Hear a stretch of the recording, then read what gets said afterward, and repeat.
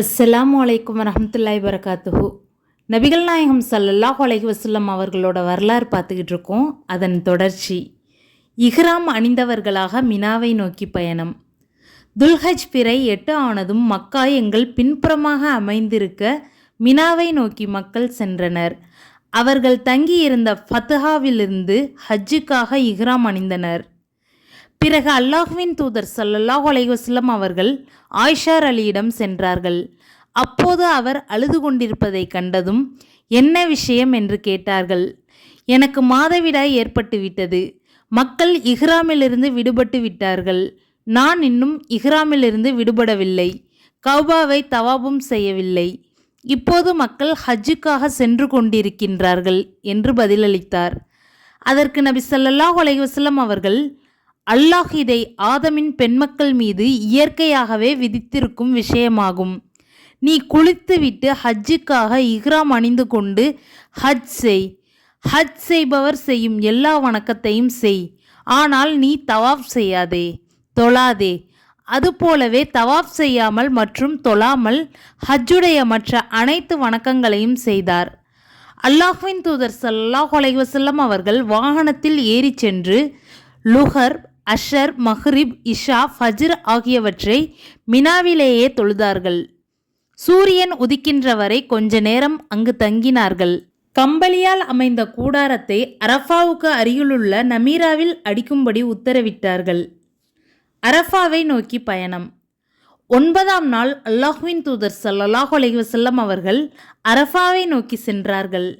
குறைஷிகள் அறியாமை காலத்தில் தாங்கள் செய்து கொண்டிருந்த அதே வழக்கப்படி நபி ஸல்லல்லாஹு அலைஹி வஸல்லம் அவர்களும் முஸ்தலிஃபாவில் உள்ள மஷ்அருல் ஹராமில் நிற்பார்கள். அவர்களின் தங்குமிடமும் நிச்சயமாக அங்குதான் அமையும் என்று உறுதியாக எதிர்பார்த்து கொண்டிருந்தார்கள். ஆனால் அதற்கு மாற்றமாக அல்லாஹ்வின் தூதர் ஸல்லல்லாஹு அலைஹி வஸல்லம் அவர்கள் முஸ்தலிஃபாவில் தங்காமல் கடந்து சென்று அரஃபாவுக்கு பக்கத்தில் வந்துவிட்டார்கள். நமீராவில் அவர்களுக்கு கூடாரம் அமைக்கப்பட்டு தயார் நிலையில் இருக்க கண்டு அங்கேயே தங்கினார்கள். குறைஷிகள் தங்களை ஹரமை பரிபாலனம் செய்யும் உயர்குலத்தார் என்று கருதி கொண்டு மற்றவர்களைப் போல் அரஃபாவில் போய் தங்காமல் முஸ்தலிஃபாவிலேயே தங்கிக் கொள்வர். இதையே நபி ஸல்லல்லாஹு அலைஹி வஸல்லம் அவர்களும் செய்வார்கள் என்று எதிர்பார்த்தனர். சூரியன் சாயத் தொடங்கியதும் ஒட்டகத்தை கொண்டு வரும்படி கட்டளையிட்டார்கள். அது பயணத்திற்கு தயாராக்கப்பட்டவுடன் அதில் பத்னுல் வாதிக்கு வந்தார்கள். பத்னுல் வாதி என்பது உர்னா என்ற ஓடையாகும். ஆனால் இது அரஃபா எல்லையில் இல்லை. அரஃபா பேருரை. இப்போது மக்களுக்கு உரையாற்ற துவங்கிய அவர்கள் கூறியதாவது: புனிதமிக்க இந்த ஊரில் இந்த மாதத்தில் இன்றைய தினம் எவ்வளவு புனிதமானதோ அதுபோல் உங்கள் உயிர்களும் உங்கள் உடைமைகளும் உங்கள் மானம் மரியாதைகளும் புனிதம் வாய்ந்தவையாகும். அறியாமை காலத்து அனைத்து காரியங்களும் என் 2 பாதங்களுக்கடியில் போட்டு புதைக்கப்படுகின்றன. அறியாமை காலத்து கொலைக்காக இப்போது பழிவாங்குதல் இன்றுடன் ரத்து செய்யப்படுகின்றது. அவ்வாறு முதலில் ரத்து செய்யப்படுவது எங்களது குடும்பத்தை சார்ந்த ரபீஆ உடைய குழந்தைக்காக வாங்க வேண்டிய பழியாகும். ரபீஆ அப்துல் முத்தலிபுடைய பேரர் ஆவார். இந்த ரபீஆவின் குழந்தை ஷஅத் கிளையாரிடம் பால் குடித்து கொண்டிருக்கும் போது ஹுதைல் கிளையினர் கொன்றுவிட்டனர். இதுவரை பழி தீர்க்கப்படாமல் இருக்கும் அந்த உயிருக்காக இனி பழி தீர்க்கப்படாது என்று இப்போது அறிவித்துவிட்டேன். அறியாமை காலத்து வட்டி இன்று ரத்து செய்யப்படுகின்றது. அவ்வாறு முதலில் நான் ரத்து செய்யும் வட்டி எனது பெரிய தந்தை அப்பாஸுக்கு வரவேண்டிய எங்களுடைய வட்டியாகும். இன்று அந்த வட்டி அனைத்தும் ரத்து செய்யப்படுகின்றது. பெண்கள் விஷயத்தில் நீங்கள் அல்லாஹ்வை பயந்து கொள்ளுங்கள். நீங்கள் அவர்களை அமானிதமாக பெற்றுக்கொண்டிருக்கின்றீர்கள். திருமணம் முடியுங்கள் என்ற அல்லாஹ்வின் வார்த்தையின் அடிப்படையிலேயே அவர்களது கற்புகளை அனுபவிக்கின்றீர்கள். நீங்கள் வெறுக்கும் எவரையும் உங்கள் வீட்டிற்குள் அனுமதிக்கக்கூடாது. இது உங்கள் மனைவியர் உங்களுக்கு செலுத்த வேண்டிய கடமையாகும். இதற்கு மாற்றமாக அவர்கள் நடந்தால் காயம் ஏற்படுத்தாத வகையில் அவர்களை அடியுங்கள். நீங்கள் நல்ல முறையில் உணவும் உடையும் உங்கள் மனைவியருக்கு வழங்க வேண்டும். இது நீங்கள் உங்கள் மனைவியருக்கு செலுத்த வேண்டிய கடமையாகும். உங்களிடம் ஒன்றை விட்டு செல்கின்றேன். அதை நீங்கள் கடைபிடிக்கும் போதெல்லாம் வழிகெடவே மாட்டீர்கள். அது அல்லாஹ்வின் வேதமாகும். நீங்கள் மறுமையில் என்னை பற்றி விசாரிக்கப்படுவீர்கள். அப்போது நீங்கள் என்ன பதில் சொல்வீர்கள் என்று கேட்டார்கள். உங்கள் தூது செய்தியை எடுத்து வைத்து விட்டீர்கள், அதை நிறைவேற்றி விட்டீர்கள், உங்கள் சமுதாயத்திற்கு நன்மையை நாடினீர்கள், உங்கள் மீதுள்ள பொறுப்பை ஆற்றிவிட்டீர்கள் என்று நாங்கள் சான்று பகர்வோம் என்று பதிலளித்தனர். அல்லாஹ் அக்பர். அப்போது அவர்கள் தமது ஆட்காட்டி விரலை வானத்தை நோக்கி உயர்த்தியும் பின்னர் அதை மக்களை நோக்கி தாழ்த்தியும் யா அல்லாஹ் நீயே சாட்சி, யா அல்லாஹ் நீயே சாட்சி என்று சொன்னார்கள். சேர்த்து தொழுதல் மற்றும் அரஃபாவில் தங்குதல். பிறகு பிலால் ரலி ஒரே ஒரு முறை பாங்கு சொன்னார். பிறகு இகாமத் சொன்னதும் நபி ஸல்லல்லாஹு அலைஹி வஸல்லம் அவர்கள் லுகர் தொழுதார்கள். பிறகு பிலால் இகாமத் சொன்னதும் நபி ஸல்லல்லாஹு அலைஹி வஸல்லம் அவர்கள் அசரை தொழுதார்கள். இவ்விரண்டிற்கும் இடையே வேறெதையும் அவர்கள் தொழவில்லை. பிறகு நபி ஸல்லல்லாஹு அலைஹி வஸல்லம் அவர்கள் ஒட்டகத்தில் ஏறி ஜபல் ரஹ்மத்திற்கு அருகிலுள்ள இடத்திற்கு வந்தார்கள்.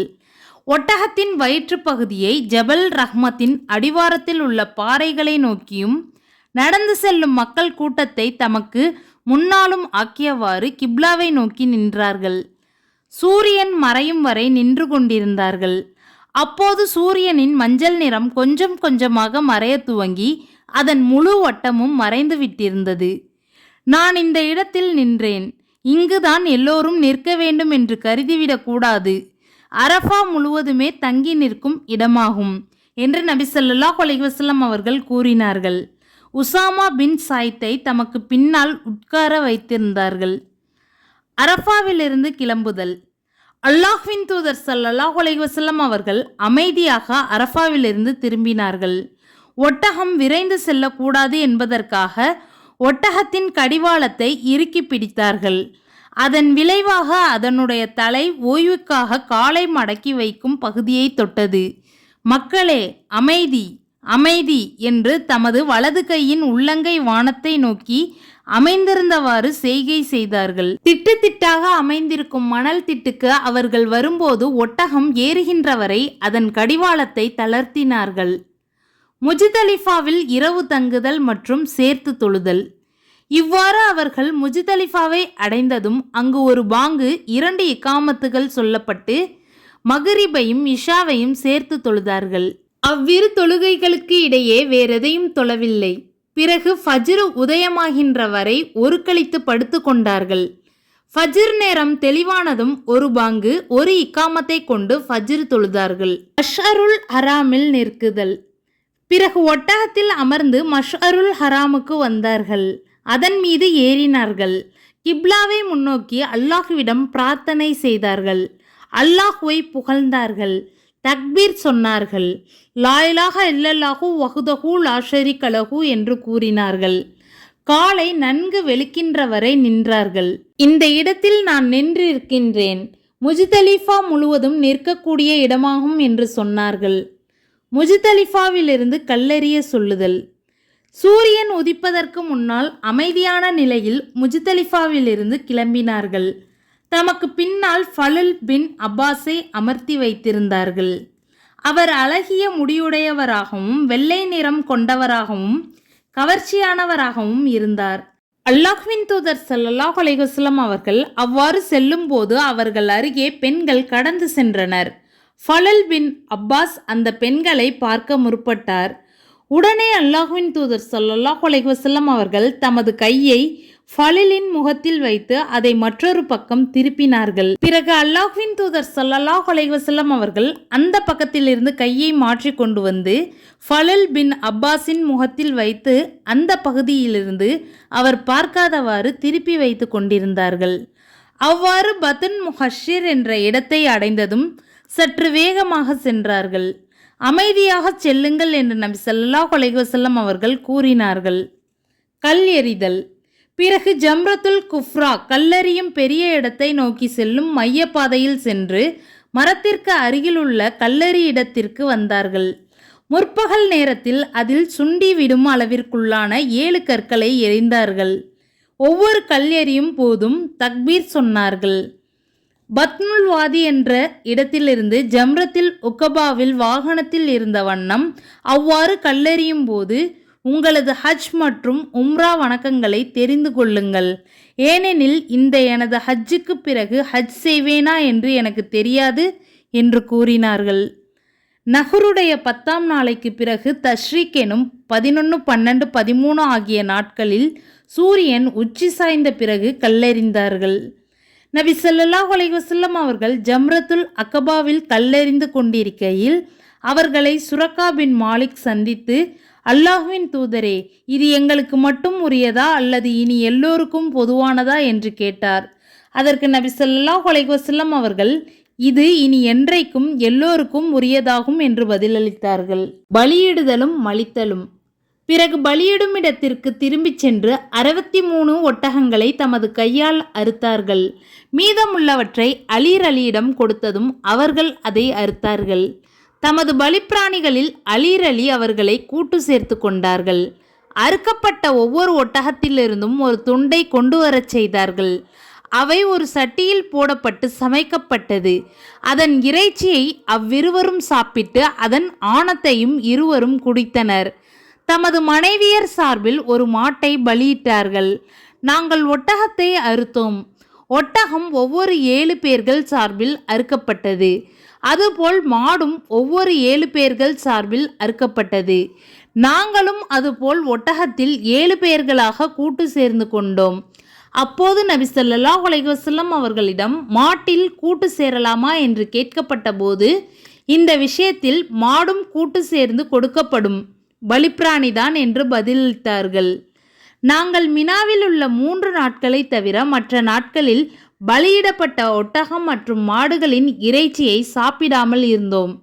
அப்போது அல்லாஹ்வின் தூதர் ஸல்லல்லாஹு அலைஹி வஸல்லம் அவர்கள் எங்களுக்கு சாப்பிட அனுமதி அளித்து, சாப்பிடுங்கள், சேமியுங்கள் என்று சொன்னார்கள். அதுபோன்று நாங்கள் சாப்பிட்டோம். மதீனா வரும் வரை சேமித்து வைத்தோம். குற்றமில்லை, குற்றமில்லை. அல்லாஹ்வின் தூதர் ஸல்லல்லாஹு அலைஹி வஸல்லம் அவர்கள் பலியிட்டு விட்டு தலைமுடியை மலித்து கொண்டார்கள். மக்கள் பலியிடும் வரை பலியிடும் தினத்தில் மினாவிலேயே இருந்தார்கள்.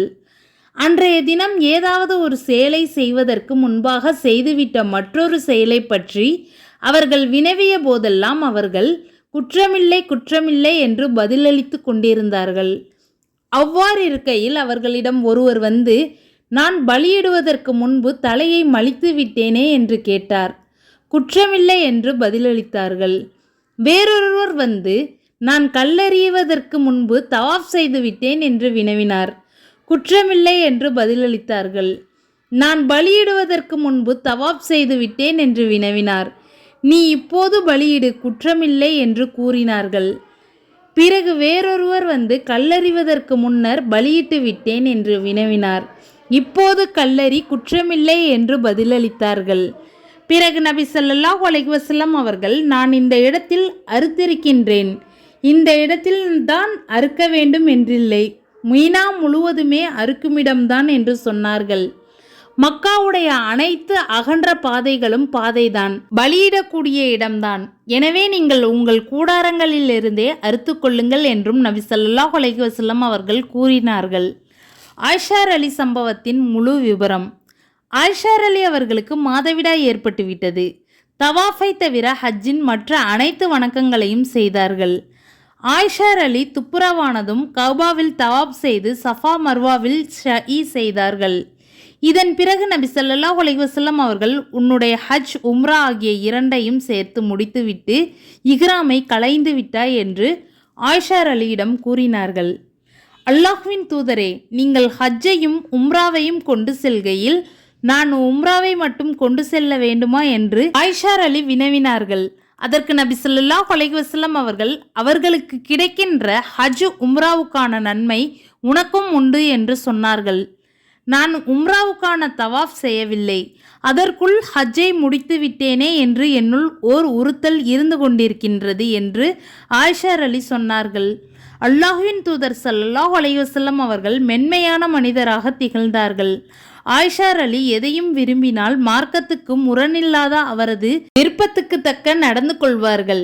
ஆயிஷார் அலியின் சகோதரரிடம், அப்துர் ரஹ்மானே, ஆயிஷாவை அழைத்து சென்று தன்யீமிலிருந்து உம்ராவுக்காக இக்ராம் அணிந்து அழைத்து வா என்று நபி ஸல்லல்லாஹு அலைஹி வஸல்லம் அவர்கள் கூறினார்கள். எனவே ஆயிஷா அலி ஹஜ்ஜுக்கு பின் உம்ரா செய்த வண்ணம் மக்கா வந்தார்கள். இது தஸ்ரீக் எனும் 11, 12, 13 ஆகிய நாட்களின் கடைசி இரவில் நடந்ததாகும். மக்கள் நபி ஸல்லல்லாஹு அலைஹி வஸல்லம் அவர்களை நெரிசலில் சிக்க வைத்த காரணத்தால் மக்கள் தம்மை பார்க்க வேண்டும் என்பதற்காகவும் அவர்கள் மக்களை கண்காணிப்பதற்காகவும் மக்கள் தம்மிடம் விளக்கம் கேட்க வேண்டும் என்பதற்காகவும் தமது கைத்தடியால் ஹஜ்ருல் அஸ்வத்தை தொட்டு முத்தமிட்டு கொண்டு தமது வாகனத்தில் அமர்ந்தவாறே தவாப் செய்தார்கள். ஒரு பெண் தன்னுடைய குழந்தையை அல்லாஹ்வின் தூதர் ஸல்லல்லாஹு அலைஹி வஸல்லம் அவர்களிடம் தூக்கி காட்டி, அல்லாஹ்வின் தூதரே, இந்த குழந்தைக்கும் ஹஜ் இருக்கிறதா என்று கேட்டார். நபி ஸல்லல்லாஹு அலைஹி வஸல்லம் அவர்கள் ஆம், உனக்கு கூலி உண்டு என்று பதிலளித்தார்கள். இறுதி ஹஜ் முறைகள் அனைத்தும் புகாரி, முஸ்லிம் மற்றும் சில நூற்களில் இடம்பெற்றுள்ளன. சுபஹானல்லாஹ், அல்லாஹ் அக்பர். இதன் தொடர்ச்சி அடுத்த வீடியோவில் இன்ஷா அல்லாஹ். துவா செய்யுங்க. அஸ்ஸலாமு அலைக்கும் வரஹ்மத்துல்லாஹி வபரகாத்துஹு.